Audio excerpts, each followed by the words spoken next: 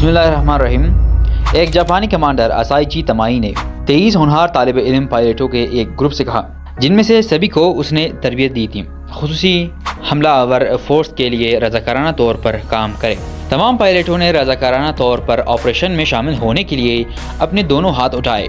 بعد میں کمانڈر نے ایک لیفٹیننٹ کو خصوصی حملہ آور فورسز کی کمانڈ کرنے کو کہا جاتا ہے کہ لیفٹیننٹ نے اپنی آنکھیں بند کی، اپنا سر جھکا لیا اور یہ کہنے سے پہلے 10 سیکنڈ تک سوچا، بڑا کرم ہوا آپ کا مجھے اس عہدے پر مقرر کرنے کے لیے۔ وہ 24واں کامیکازی پائلٹ بن گیا جنہیں منتخب کیا گیا۔ اس نے بعد میں کہا، جاپان کا مستقبل تاریک ہے اگر اسے اپنے بہترین پائلٹوں میں سے ایک کو بھی مارنے پر مجبور کر دیا جائے تو، اور میں اس مشن میں شہنشاہ یا سلطنت کے لیے نہیں جا رہا ہوں بلکہ اس لیے جا رہا ہوں کہ مجھے حکم دیا گیا ہے۔ آپ دیکھ رہے ہیں ون ہسٹری اور یہ ہے کامیکازی کا تیسرا پارٹ۔ پہلے دو پارٹ میں آپ نے دیکھا کہ کامیکازی یا دو ہوائی طوفانوں نے کیسے جاپانیوں کو موت کے منہ سے واپس لا دیا، اور اس پارٹ میں آپ دیکھیں گے کہ کس طرح ہارا ہوا جاپان الائٹ فورسز کو ڈر کا اصلی مطلب بتاتا ہے، اور یہ بھی جانیں گے کہ دوسرے جنگ عظیم میں کامیکازی کا مطلب کیا تھا، جاپان نے کیوں خودکش حملے کیے، کس نے پہلے خودکش حملہ گروپ بنایا، حملوں کی اہم لہر، اور آخر کامیکازی کا نتیجہ کیا نکلا۔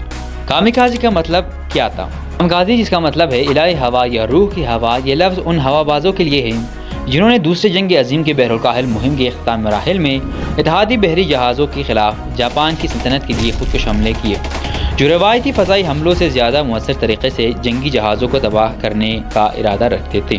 کامیکازی ہوائی جہاز بنیادی طور پر پائلٹ کے رہنمائی والے دھماکے خیز میزائل کی طرح تھے جو روایتی ہوائی جہازوں سے تبدیل کیے گئے تھے۔ پائلٹ اپنے ہوائی جہاز کو دشمن کے بحری جہازوں سے ٹکرانے کی کوشش کرتے تھے جسے باڈی اٹیک، جو جاپانی میں تائی اٹاری ہے، کہا جاتا ہے۔ جاپانیوں نے اتحادیوں کے بحری جہازوں کی بڑی تعداد میں نقصان پہنچانے یا ڈبانے کے مقصد کو خودکش حملوں کی ایک معقول وجہ سمجھا۔ کامیکازی روایتی حملوں سے زیادہ درست تھا اور اکثر زیادہ نقصان پہنچاتا تھا۔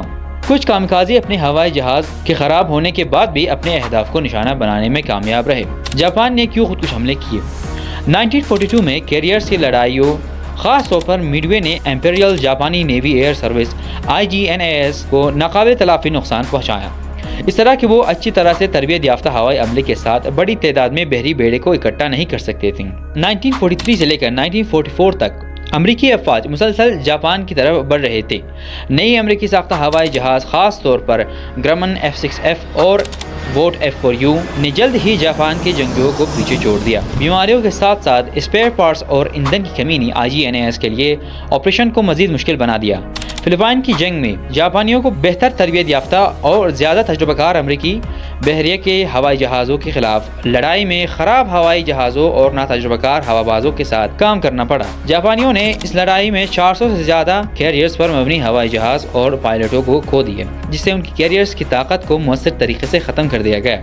اتحادی ہوا بازوں نے اس کارروائی کو عظیم ماریانوس ترکی شاٹ قرار دیا۔ سائپان جاپان کے اہم اڈوں میں سے ایک تھا اور جاپان کا سب سے مضبوط اڈا بھی تھا جو سالوں سے جاپان کے پاس تھا، لیکن 15 جولائی 1944 کو یہ فیصلہ کن آئیلینڈ اتحادی افواج کے قبضے میں آ گیا۔ اس کے قبضے میں آنے کے بعد امریکیوں نے اسے بوئنگ B-29 سپر فورٹریس کا استعمال کرتے ہوئے جاپانی آبائی جزائر پر حملہ کرنے کے لیے استعمال کیا۔ سائپان کے زوال کے بعد جاپان ہائی کمان نے پیشن گوئی کی کہ اتحادی فلپائن پر قبضہ کرنے کی کوشش کریں گے، جو ٹوکیو کے لیے تصوراتی طور پر اہم ہے کہ یہ جزائر جنوب مشرقی ایشیا اور جاپان کے آئل فیلڈز کے درمیان واقع ہے۔ یہ حملے دراصل اکتوبر 1944 میں شروع ہوئے، ایسے وقت میں جب جنگ جاپانیوں کے لیے تیزی سے تاریک نظر آ رہی تھی۔ وہ کئی اہم لڑائیاں ہار چکے تھے، ان کے بہت سے بہترین پائلٹ مارے جا چکے تھے، ان کے طیارے پرانے تھے اور وہ فضائی کمانڈ کھو چکے تھے۔ جاپان پائلٹوں کو اس سے زیادہ تیزی سے کھو رہا تھا کہ وہ ان کے متبادل کو تربیت دے سکتا تھا، اور ملک کی صنعتی صلاحیت ان کے دشمن ممالک کے بنسبت کم ہوتی جا رہی تھی۔ ان سب کی وجہ سے اور جاپان کے ہتھیار نہ ڈالنے کی ضد اور جاپان کے دشمن اتحادی افواج جاپانی آبائی جزیروں کی طرف پیش قدمی کر رہے تھے، تو جاپان نے کامیکازی کی حکمت عملی کا استعمال کیا۔ ہار، گرفت اور شرمندگی کے بجائے موت کو ترجیح دینا جاپان کی ثقافت میں گہرائی سے پیوست ہے۔ سامورائی زندگی اور بشیڈو کوڈ کے بنیادی اقدار میں ایک موت تک وفاداری اور عزت تھی۔ جاپانی افواج نے غیر فضائی جاپان اسپیشل اٹیک یونٹس کے لیے بھی منصوبے بنائے، جن میں مرینز، ٹارپیڈو، پیٹ بوٹس اور غوطہ شامل تھے۔ کس نے پہلے خودکش حملے گروپ بنائے؟ کامیکازی یونٹس کی تشکیل سے پہلے پائلٹوں نے آخری حربے کے طور پر جان بوجھ کر اپنے طیاروں کو کریش کرتے تھے جب ان کے طیارے کو شدید نقصان پہنچتا تھا اور وہ پکڑے جانے کے خطرہ نہیں لینا چاہتے تھے اور دشمن کو زیادہ سے زیادہ نقصان پہنچانا چاہتے تھے۔ اس طرح کے حالات دونوں طرف میں پیش آئے۔ کچھ ذرائع کے مطابق 14 اکتوبر 1944 کو USS رینو کو جان بوجھ کر تباہ ہونے والے جاپانی طیارے نے نشانہ بنایا۔ ریئر ایڈمرل مسافومی آریما ایئر فلوٹیلا کے کمانڈر کو بعض اوقات کامیکازی کی حکمت عملی ایجاد کرنے کا سہرا دیا جاتا ہے۔ آریما نے ذاتی طور پر 15 اکتوبر 1944 کو یا اس کے لگ بھگ کو ایک بڑے ایسیکس کلاس طیارے بردار بحری جہاز USS فرینکلن کے خلاف مٹسوبشی G4M کے جڑواں انجن والے بمبار کے ذریعے حملے کی قیادت کی۔ اسے بعد از مرگ ترقی دے کر وائس ایڈمرل بنا دیا گیا اور اسے پہلے کامیکازی حملہ کرنے کا سرکاری کریڈٹ دیا گیا۔ یہ واضح نہیں ہے کہ یہ ایک منصوبہ بند خودکش حملہ تھا یا نہیں، اور آریما کے حملے کے سرکاری جاپانی اکاؤنٹس کے اصل واقعہ سے بہت کم مماثلت رکھتا ہے۔ ان کے علاوہ بھی کئیوں پر شک ہے کہ انہوں نے پہلا کامیکازی حملہ کیا۔ ان میں سے ایک تاکیجیرو اونیشی تھا۔ چلو ایک نظر ان کی کہانی کی طرف۔ 17 اکتوبر 1944 کو اتحادی افواج نے سلوان جزیرے پر حملہ کیا جسے خلیج لیٹے کی لڑائی شروع ہوئی۔ منیلا میں مقیم امپیریل جاپانی بحریہ کے پہلے فضائی بیڑے کو جاپانی بحری جہازوں کی مدد کا کام سونپا گیا جو خلیج لیٹے میں اتحادی افواج کو تباہ کرنے کی کوشش کریں گے۔ اس یونٹ کے پاس صرف 41 طیارے تھے۔ جاپانی فضائیہ کو درپیش کام ناممکن نظر آ رہا تھا۔ فرسٹ ایئر فلیٹ کے کمانڈر وائس ایڈمرل تاکیجیرو اونیشی نے ایک خودکش حملہ آور فورس اسپیشل اٹیک یونٹس بنانے کا فیصلہ کیا۔ 19 اکتوبر کو منیلا کے قریب مابلاکاڈ ایئر فلیٹ، جسے امریکی فوج کلارک ایئر بیس کے نام سے جانا جاتا ہے، ایک میٹنگ میں اونیشی نے فلائنگ گروپ کے ہیڈ کوارٹر کے افسران کو بتایا، مجھے نہیں لگتا ہے کہ اس کو انجام دینے کا کوئی اور خاص طریقہ ہے۔ کامیکازی اسپیشل اٹیک فورسز کے اندر 4 ذیلی یونٹوں کے نام یونٹ شکشیما، یونٹ یاماتو، یونٹ اسائی اور یونٹ یامازاکورا تھے۔ یہ نام ایک حب الوطنی پر مبنی موت کی نظم تھی۔ اسپیشل اٹیک فورس کے علاوہ دیگر یونٹوں کے جاپانی پائلٹوں کی طرف سے لیٹے پر حملے کے دوران کئی خودکش حملوں کو پہلے کامیکازی حملوں کے طور پر بیان کیا گیا۔ 1944 کے اوائل میں ایک جاپانی طیارہ جان بوجھ کر ہیوی کروزر HMAS آسٹریلیا کے سامنے سے ٹکرا گیا۔ یہ طیارہ ممکنہ طور پر یا تو HE-D3A ڈائی بمبار تھا جو امپیریل جاپانی نیوی ایئر سروس کے نامعلوم یونٹ سے تھا، یا پھر امپیریل جاپانی آرمی ایئر فورس کے 6 فلائنگ بریگیڈ کا متسوبشی KI-51 تھا۔ اس حملے میں کروزر کے کپتان ایمائل ڈیچنگ سمیت 30 اہلکار ہلاک اور آسٹریلین فورس کے کمانڈر کموڈور جان کونل سمیت 64 زخمی ہوئے۔ 25 اکتوبر 1944 کو خلیج لیٹے کے جنگ کے دوران کامیکازی اسپیشل اٹیکس فورسز نے اپنا پہلا مشن انجام دیا۔ لیفٹیننٹ سیکی کے سربراہی میں 5 A6M0 کو جاپانی شہنشاہ ہیروشی نیشیزاوا نے ہدف تک پہنچایا جہاں انہوں نے کئی اسکارٹس کیریئرز پر حملہ کیا۔